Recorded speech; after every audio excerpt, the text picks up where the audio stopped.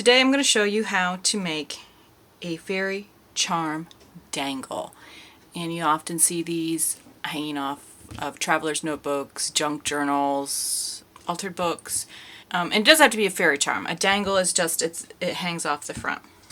So the supplies that you'll need is something round. You can use a washer, one of those clasps, that just hook together. I'm just going to use a simple key ring. I like the key ring because you can just thread it onto other things real easily. So that's what I'm going to use. Then you'll want some kind of ribbons or fluff, is what I call it. I have some pink sparkles here that I'm going to use. I also have some pretty flower ribbon that I'm going to use. I have an assortment of others that I may use depending on how it's looking. Different colors, different textures. Remember, you're going for what attracts the fairies, and you never know what is going to inspire you when you're making a fairy charm one. And then I have some beads. I have these beads. They have thread wrapped around them, and they're real pretty. And then I have some beads that I took a necklace apart with that I will use. And then I bought some charms. I have this charm that you probably can't read because the glare on this is going to be horrible, but we'll try. It says, see, I have a hard time reading it. Emerald City, Wonderland, Camelot, Sherwood Forest, and Never Never Land. I have some clock faces I bought as well. I thought I would use those as well. Okay, so you also need scissors and probably a needle and thread. How you attach your ribbons. It's up to you. I may not use that. Now, I did, before this project started, I attached a jump ring to my charm. You could also attach a jump ring to your clock face. Let me see, there's right here. There's a little hole to put in a jump ring if you want. I'm not going to because that's pretty big and I think I can thread some of the ribbon through it. First, you start off, I'm going to start with my pretty pink sparkly. And I like to, up here is the place where, you thread the key ring on. So I'm going to keep that at the top and I'm going to use the bottom. So you just thread that on, you make a loop and then bring the tail through. And then I had this bag of different colors. Let's see what this looks like. Kind of loop it over and put this on as well. Just make the loop, grab the tail, and pull it through.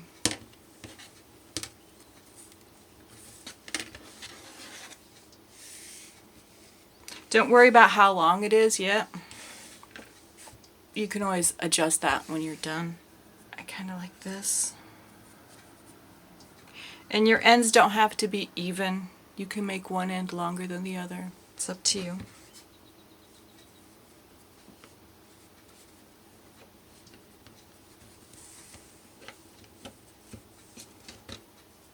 And you can make these as full or as sparse as you want. It depends on what you like. I'm going to use some of this.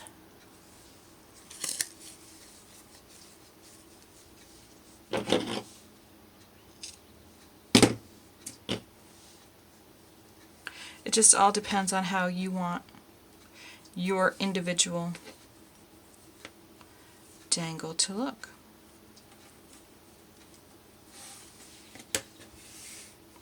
Okay, now I think I'm going to start putting on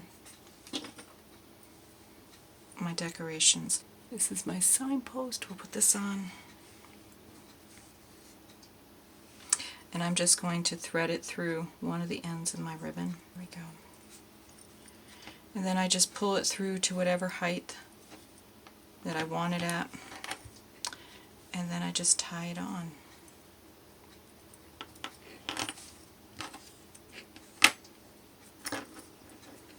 And I'm going to double knot this just because I can, just to make it a little more secure.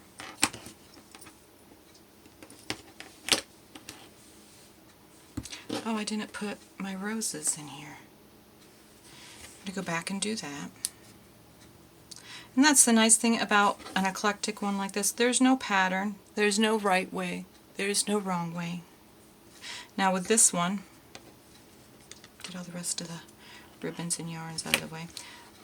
I'm actually going to take a needle and thread and secure it because I'm afraid if I knot it, it just won't have the same kind of look.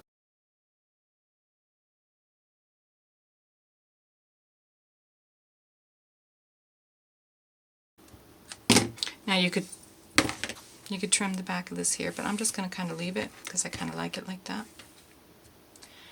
Okay, now I'm going to put in my clock face. And since my signpost is kind of big, I think I'm going to go with this, with a smaller clock face there.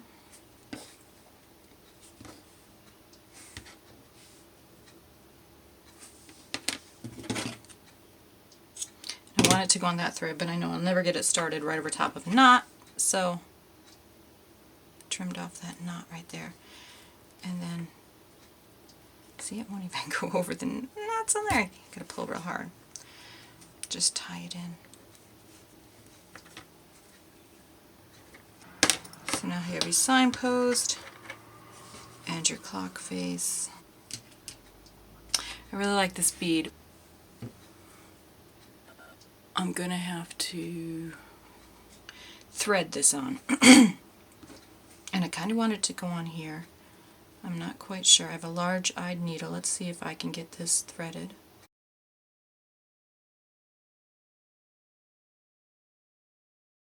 Sometimes you can't, and then you would just thread it right on.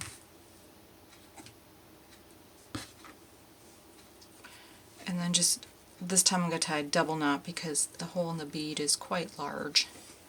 And I want to make sure that it doesn't slip off there.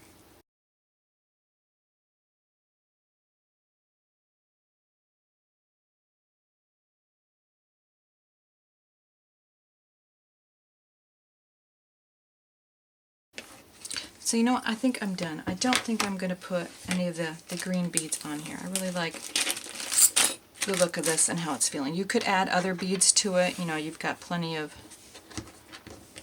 loose yarns or ribbons to attach them to. But I'm kind of liking this. I'm going to trim it up so they're kind of not too long, the length that I want. And no, I'm not throwing stuff on the floor. My waste basket's down there, so we're good.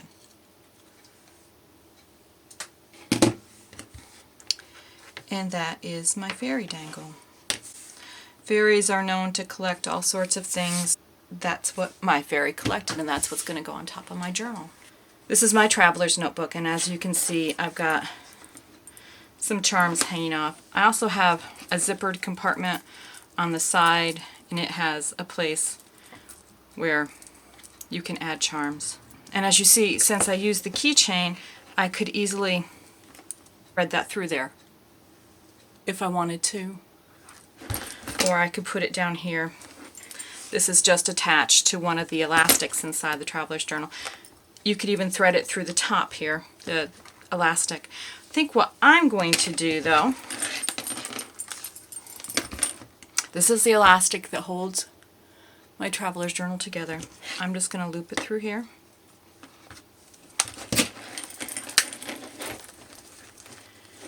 And then there it is, hanging off the side of my traveler's journal, ready to inspire.